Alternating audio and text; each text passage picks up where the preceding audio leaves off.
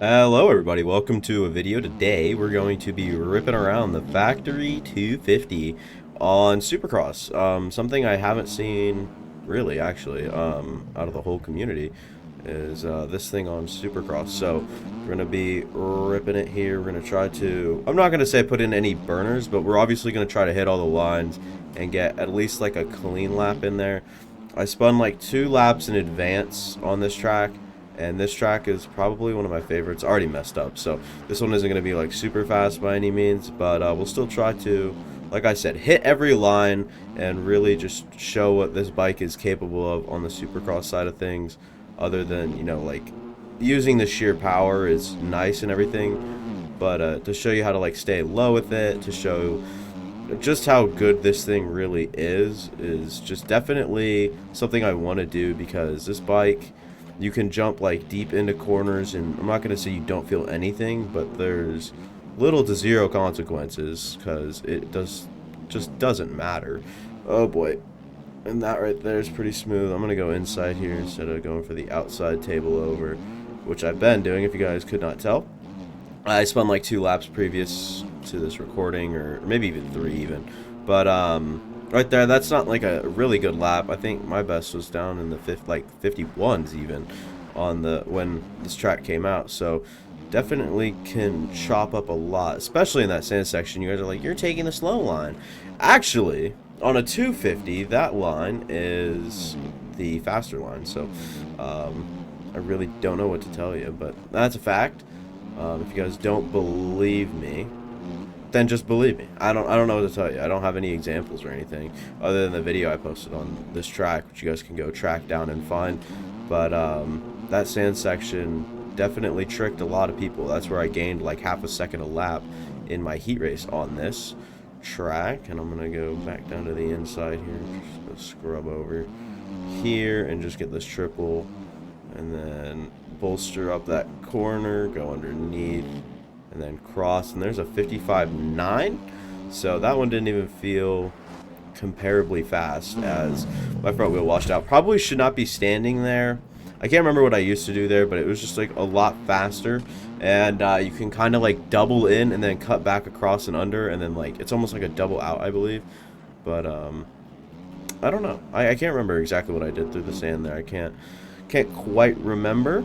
But yeah, this bike on Supercross has been really fun, actually. I don't think that there are this many bikes, or I guess this many new things in the game right now to keep you kind of going. You know, I kind of just enjoy my time on Supercross in general, but to have this bike on it is amazing. It's definitely something that something that I definitely want to look at for when the actual Supercross season comes back around, or if they do a World Supercross thing. I don't know. I might just go like full-time Supercross. I'm not good at motocross. I know I only missed quali by 1 spot last week, so we're headed in the right direction. We just need about 1 more person to quit, and then we just need to put up a good lap at Redbud, which I typically do well on Redbud tracks for whatever reason. I don't even like enjoy them all that much, but missed the line right there. But yeah, I don't really know. We're just kind of looking at some ideas. I was going to think about moving up into the 450s next week for motocross, but that seems like it's just going out of the way to set myself back when I'm getting so close on that 250. So I think we'll just stick to the 250 for now. But if things get bad and I still can't make it, I might just try to switch up to the 450s, try it out for a week or so, and then try it out for a week or so, and then see what sort of times we can put in. So little bit, it's like the same cutoff time, 450 and 250, so that is a little interesting for sure, because of like just the lap times that you could put in on a 250. It's like, okay, it's good, right? And the best times are great, and then the low times are even, you know, insane. And then you look at the 450s, which for 450 standards is actually quite low compared to the 250s. So I really don't know what one would actually be considered easier, but I definitely recommend going to the 450s, because I think that there's just a lot more room for improvement, and also a lot more room for failure as well. So you can kind of mess up a little bit and still be still be pretty good, especially in your burner lap. If you think that you're on an absolute, burn piece and you wanna turn it in and do well, as we're gonna try to actually skim the whole entire whoop section that time. Looked like it worked well. And then we'll go double in here, get over that, and then take this triple around the outside. We'll jump into there. And there's a 54.5, which I think that was closer. I think this is like almost my identical qualifying lap, if I remember correctly. And this qualified me, and then I was actually, after done qualifying, I was actually able to run down the lap a bit. If I didn't, I can't remember. I think the 54 was a lap that I was happy with until I realized that you can get a bit faster. And I wasn't even doing this quad line. Instead, I was actually jumping like this. Wow, I'm surprised I can still do it. Oh, I should have committed to the quad. It might have actually been there. I didn't actually like pin it or anything, but it might actually have been there. But that was kind of the line I was doing. I was triple singling into that corner.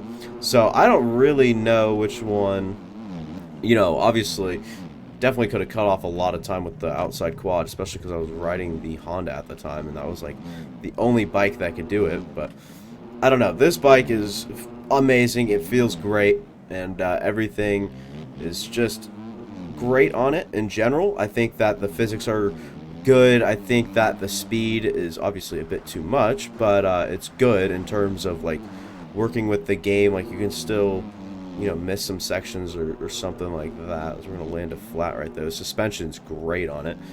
Like I said, you can kind of jump pretty deep into corners and then be okay. So it's really not that big a deal when it comes to messing up in some places. So we'll get up over that and then double into the corner. A little rough, but I'm going to try to cut down and go third gear through the whoops instead of fourth, and that is a bad idea. Hey, we'll take the live though. I mean, why not? I'll live through that. Then we'll try to go to the outside here, cut down. I'm not making it on just because I lost traction beforehand, because I need to be a little bit more smooth on the throttle there. In fact, I will go back and try to re-hit that for y'all, because it's actually kind of a fun line to hit. But you kind of got to jump, diagonally over, easy on the throttle, off, and then you kind of want to try to downside that the best you can if you're not on this bike, because that line's definitely a little bit tough to get on any other standard like 250. And so, you want to position yourself the best you can to come out of it and still succeed off of that table. So you kind of have to downside the next jump, so you can't like barely jump off of that table. But luckily we're on the factory 250, and this thing's got some horses behind it, some good old horsies. I'm gonna go second gear, third gear. Oh boy, this is not gonna end well. Saw that coming from a bit away, miles away actually, not a bit away, miles away. All right, miles away. Also, want to give out a big thanks to just everyone that's been watching for a while, and then even those new people that are coming in. I know the views probably have been down since like when you guys have started watching and stuff, but also it's tough to kind of sit here and keep going with this game along with make video ideas for this game. So I'm trying my best. I'm trying to do whatever I can to try to keep fun for the game alive for me, and right now all I'm having fun doing is recording videos, and almost at this point I'm having more fun like editing videos than I am actually playing the game, recording them. So there is that. But yeah, I just want to thank everyone who supported me. I mean, I feel like that's something that needs to be said, and feels like something that I haven't been saying enough since I started gaining a following and whatnot. So appreciate all of you guys, and quick reminder to consider leaving a like and subscribing. I would appreciate it plenty. Go watch any of my past content. I'll see y'all there. And yeah, nothing else left to say. Deuces.